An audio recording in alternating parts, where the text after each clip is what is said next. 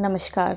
तो मेरा नाम है आद्या और मेरा काम है, लेकिन मेरा काम है क्या? क्या उद्देश्य है मेरे जीवन में? हाँ जी, तो आज के टाइटल से आपको पता तो चल ही गया होगा कि हम लोग बात करने वाले हैं पुलिस के साथ जो मेरा कुछ सीन हुआ है उसके बारे में। अब देखो, ये कोई नहीं बोलेगा कि तुमने एनकाउंटर लिखा तो हमको तो लगा तुम कुछ एनकाउंटर के बारे में बताने वाली हो, कुछ बड़ा हो गया है सीन। यार नहीं। अब कुछ लोग मुझे कमेंट्स में दिख रहे हैं आते हुए, आद्या तुम तो क्लिकबेट कर रही हो। वाह साहब वाह, जब कोई गरीब 2 वक्त की रोटी खाने के लिए कुछ करता है तो तुम लोग उसे फरेब का नाम दे देते हो, और ये बड़े बड़े महलों में रहने वाले लोग इतना कुछ कर जाते हैं तब तो कोई कुछ नहीं बोलता। तो आज मैं लेकर आई हूँ आप लोगों के लिए कुछ कहानियाँ जो कि पूरी तरह सच्ची घटना पर आधारित है, और इस कहानी की मुख्य कलाकार भी मैं ही हूँ।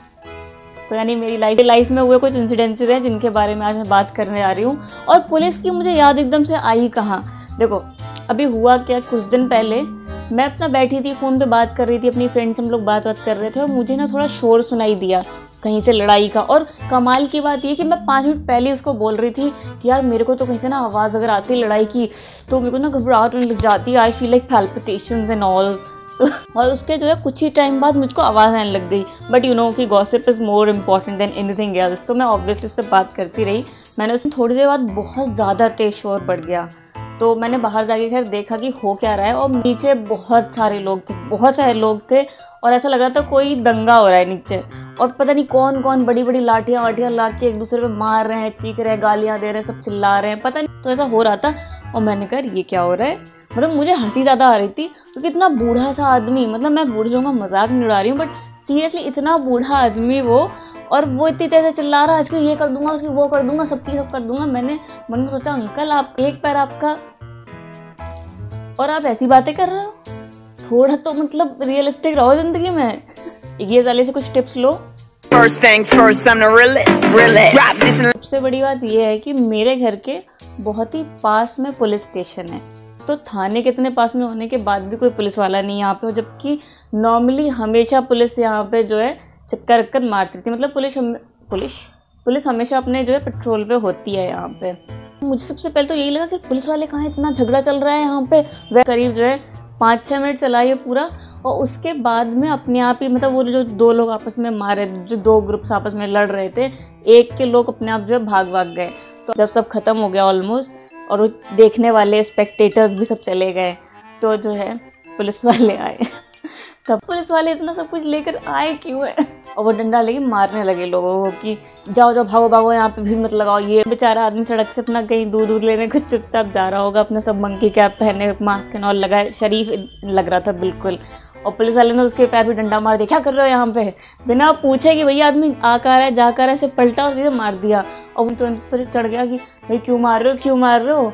और पुलिस वाला उसे बच्चों की तरह करा, अरे सॉरी करके। इतना ही हुआ, ज़्यादा कुछ नहीं हुआ, बट ये पूरा सीन देख के एक बार याद आ गया कि पुलिस वाले कितने यूज़फुल है हमारे देश के।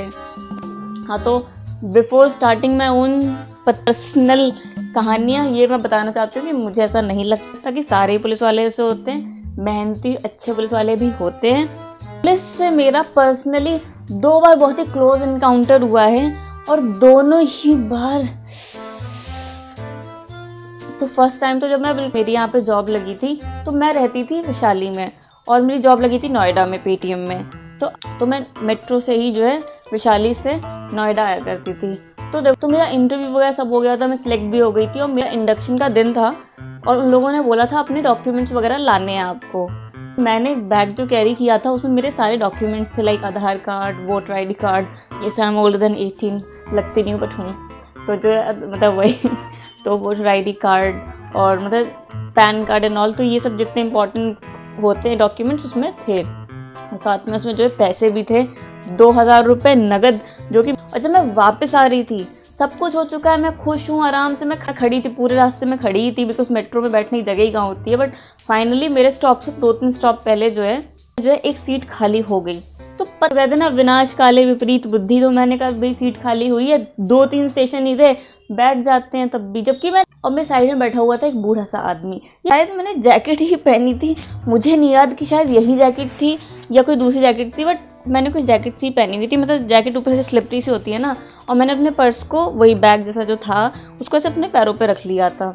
पॉकेट से कुछ निकाल रही होंगी तो बैग जो है साइड में गिर गया, और बैग साइड में गिर गया तो मैंने मतलब नहीं नॉर्मली ध्यान देता है यार इंसान, तो मैंने नहीं दिया।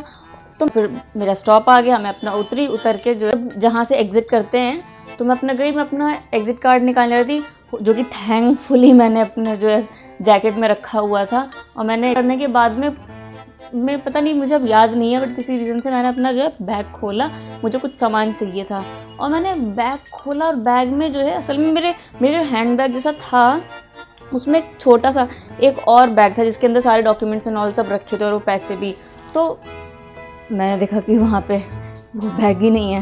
मैंने कहा यार ऐसे कैसे सकता है, मेरे उसमें 2-3 जो पूरे वो कंपार्टमेंट्स थे मैंने सब में चेक कर लिया और किसी में भी बैग नहीं था।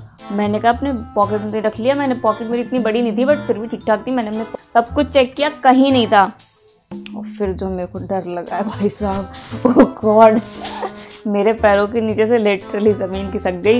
ये सारे डॉक्यूमेंट्स थे कि पहली बात तो मैं जॉब के लिए आई हूँ, तुरंत अपनी तबीयत ठीक होती, जो कि मेरे पापा बिल्कुल एग्री नहीं कर रहे थे उस चीज़ से। और दूसरा पैसे भी मैंने किसी अपने घर पे नहीं बताया था मेरे पास पैसे की नहीं है, किसी से लिए थे और वो भी उड़ चुके हैं, सारे डॉक्यूमेंट उड़ा चुकी हूँ मैं। और मुझे तो सबसे पहले तो इस बात का डर लग रहा था, अरे भाई मेरी कितनी डांट पड़ने वाली है और लाके कौन देगा मैं डॉक्यूमेंट, क्योंकि वहाँ पे इतना खतरनाक रोना हो गया। मैं जाके एक साइड वहाँ कोशाम्बी, हाँ वैशाली नहीं कोशाम्बी मेट्रो स्टेशन था, मैं जाके बैठ गई। मैंने कहा रुको पहले रो लिया जाए, थोड़ा सा रो लिया जाए, नॉर्मल रो लिया जाए। फिर मैं करीब जो 1 मिनट रोई बैठ के, फिर मैंने कहा अब जाके जो है यहाँ पर DMRC वाले से बात करती हूँ। तो मैंने जाके उनको बताया कि भाई ऐसे ऐसे है, मैं अभी लास्ट मेट्रो से आई हूँ और मेरा जो है चोरी हो गया है अपना जो। बट पुलिस वाले भी वहाँ पे थे। पुलिस वाले ने मुझे बोला कि अरे मैडम जी अब परेशान मत हो, ये सब तो होता रहता है और वैसे भी जो एक बार चोरी हो गया तो हो ही गया, आप ऐसा करो जाके जो है कंप्लेंट कर दो।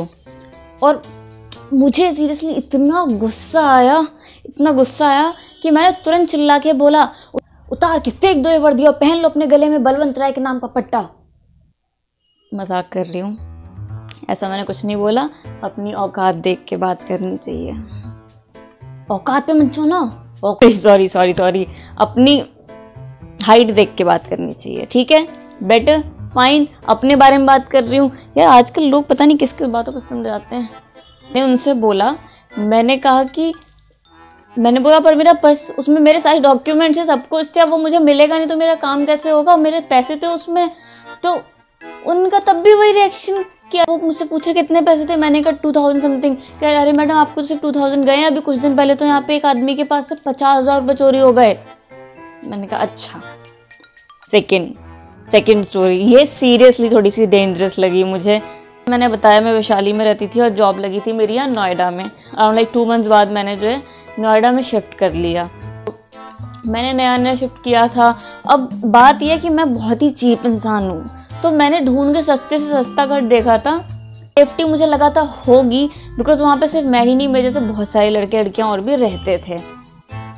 ऐसे काफ़ी मंथ्स निकल गए और लोकेशन काफ़ी ज़्यादा चीप थी, तो मुझे था कि वहाँ से मैं शिफ्ट कर लूँ, बिकॉज मुझे सोचो मेरे को भी चीप लग रही है तो रही होगी।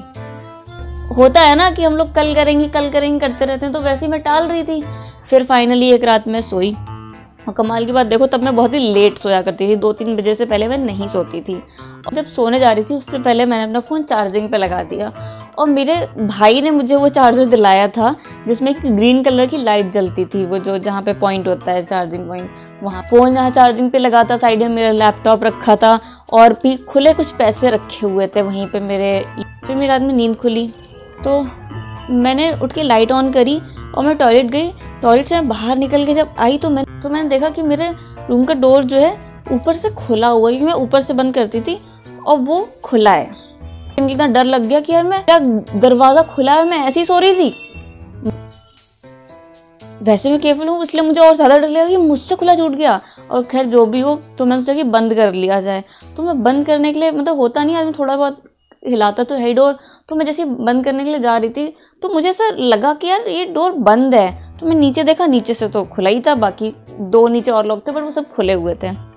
तो ये तो खुला है नीचे से, बट ये बंद सा क्यों लग रहा है। तो मैंने उसे खींच के देखा अपनी तरफ, तो वो मुझे रियलाइज़ हुआ कि वो बाहर से बंद है। और मतलब होता है ना कि समझ नहीं आता भैया, ऐसे तो सेकंड शॉकर मेरे लिए है। फिर मैं थोड़ा खींचा, मुझे लगा सी हट कि पता नहीं कैसे बंद, तो मैंने और खींचा 2-3 बार, वो नहीं खुला। फिर मैं सोचा कि हो क्या रहा है यार। और मुझे सीरियसली ये देखो, मुझे चोर का डर नहीं, मुझे भूत का डर लग रहा था उस टाइम। क्या कोई भूत है क्या मेरे घर में, या मेरा दिमाग खराब हो रहा है क्या है, मुझे सबसे पहले यही 2 डर लगते हैं। और फिर जो है मैंने तब मुझे मेरे दिमाग में मैंने सोचा कि चलो मैं फ़ोन उठाती हूँ, अपने मकान मालिक को कॉल करती हूँ कि आके गेट खोले। और थर्ड शॉकर, चार्जर लगाए, केबल अलग खुली पड़ी हुई है, मेरा फ़ोन वहाँ पे नहीं है। फिर मैंने अपने बेड में पूरा ढूंढना शुरू किया कि मेरा फ़ोन तो नहीं पड़ा वहाँ, फ़ोन तो नहीं पड़ा। सब मैंने ढूंढ लिया, मेरा फ़ोन वहाँ नहीं था। और मुझे अच्छे से आता, मैं चार्जिंग पे लगा के सोई हूँ, मुझे रियलाइज़ हुआ मेरा फ़ोन चोरी हो चुका है इस रूम से। मैं सो रही थी, कोई मेरे रूम में आया, फ़ोन चोरी किया, लेके चला गया, और मैं सो रही थी। इट्स क्रीपी, बट हाँ यही हुआ था। फिर खैर मेरे गेट के साइड में विंडो थी, तो मैंने विंडो खोली किसी तरीके से, अपना जो है बाहर सेट खोला, मतलब मेरा थ्रेशोल्ड मेरे लिए। और जैसे उससे ऊपर मुझे फिर डर नहीं लगता, देख लिया कि गया तो गया फ़ोन, तो मेरे वहाँ पे फिर मुझे डर लगना बंद हो गया। मैंने कहा चलो गया तो गया, मैं तो हूँ ना सही। तो फिर मैंने जो है गेट खोला अपना, वो अपने मकान मालिक को जाके बोला कि ऐसे ऐसा मेरा फ़ोन मेरे रूम से चोरी हो गया है और किसी ने मेरा गेट बाहर से बंद करा हुआ था।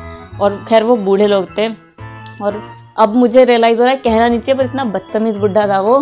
पहले तो अरे इतनी अच्छी लड़की हो, इतनी मेहनती लड़की हो, हमारे तो बच्चे नहीं हैं, बट अगर होते तो हम चाहते तुम्हारे जैसे ये हो वो वगैरह वगैरह। और जब मैं उसको बता दिया, कुछ अगर आपका घर है तो आप एटलीस्ट पता तो कर सकते हो, आपको आइडिया तो रहता है ना थोड़ा बहुत, कैसे लोग आपने रखें कैसे नहीं रखें, जो भी हो। He was useless. तो मैंने उसे बोला ऐसे ऐसे करके, और मेरे पास फ़ोन भी नहीं था। मैंने उसे बोला कि क्या कहते हैं, आप पुलिस को कॉल कर दो कम से कम, ये वो। उस आदमी से 0 हेल्प मुझे मिली। तो फिर मैंने जो है एक सामने ही रूम में कोई एक लड़का आया था 1-2 दिन पहले ही, उसको उठाया, उससे फ़ोन मांगा, उससे फ़ोन मांग के अपने फैमिली में अपने भाई को बताया। मैंने पुलिस को भी कॉल कर दी थी, थोड़ी देर पुलिस आई। पुलिस आके वापस से मुझे दोबारा से यही सुनने को मिला, मैडम आप परेशान मत हो, जो चीज़ चोरी हो गई एक बार वो तो हो गई, वो कभी नहीं मिलनी दोबारा। और मैंने बोला कि आप एटलीस्ट कम से कम यहाँ पे तलाशी तो लो, पता तो करो मेरे को। मैंने भी वही टीवी से वही सुना है तलाशी वर्ड। तो कह रहे नहीं बट हम लोग ऐसे थोड़ी कर सकते हैं। मैंने कहा अरे आप नॉर्मल चेक तो करवा सकते हो, बोल सकते हो लोगों से चेक कर लो, ये वो बिल्डिंग में तो चेक करना है। तो नेक्स्ट यूजलेस, सब कुछ नहीं हुआ फ़ायदा, कुछ नहीं हुआ फ़ायदा उसके बाद में। और सबसे बड़ी बात, मैंने उनको एड्रेस जो बोला था वो एड्रेस पे आ भी नहीं पा रहे थे, तो मुझे खुद जाके उनके पास ये पूरी कहानी करनी पड़ी थी। और क्योंकि तब बारिश स्टार्ट हो गई थी, तो उन्होंने मुझे बोला कि आप अभी तो घर जाओ, हम पेट्रोल करने के लिए जो होते हैं पेट्रोलिंग पुलिस हैं, तो हम लोग जो है अभी थाने में कॉल करके आपके घर पे भेजेंगे। और मैंने वेट किया, मैंने बहुत वेट किया, कोई पुलिस नहीं आई, कुछ नहीं हुआ। मैं जाके, मेरे दिमाग में आ रहा था मैं जाके दोबारा कॉल करके बोलूँ क्या, पर फिर मुझे लगा यार जितनी देर मैं इस मनूज घर में बैठी रहूँगी मेरा उतनी देर दिमाग ख़राब होता रहेगा। इससे अच्छा सामान बांधो अपना, चुपचाप ऑफिस जाओ। ऑफिस जाने के बाद में थोड़े शांत होगी। अगर ये वीडियो पूरा देख लिया है और इससे कुछ भी सीख लेके जाना चाहते हो, और ऑब्वियसली हिंदी में देख ही रहे हो तो भैया इंडियन ही हो गए, तो इतनी बात याद कर लो कि मैडम जी / सर जी परेशान मत हो, एक बार जो चीज़ चोरी हो गई तो मतलब हो गई, अब वो नहीं मिलनी है। अनटिल एंड अनलेस सब भगवान की अलग ही तरह की कृपा हो आपके ऊपर तो।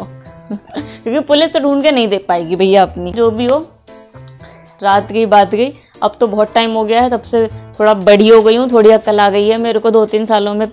थोड़ी नहीं, जितनी मुझे अपनी लाइफ में अकल नहीं दी होगी उतनी अकल मुझे यहाँ पे रहते रहते इस तरीके से आ गई है। और ये तो कुछ इंस्टेंसेस थे, खैर पुलिस वालों के साथ इतने ही थे, ऐसी गुंडागर्दी में नहीं हूँ मैं कि वो मेरा पुलिस के साथ रहे।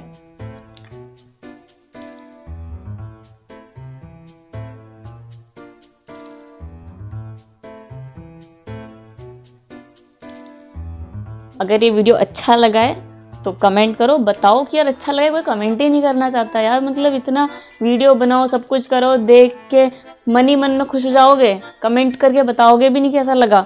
सब्सक्राइब कर दो, कितने साल बीत गए 100 सब्सक्राइबर पूरे हुए, यार 200 तो करवा दो। अब तो ये जो अपने आप पब्लिक आ रही है, सब्सक्राइब कर रही है आके।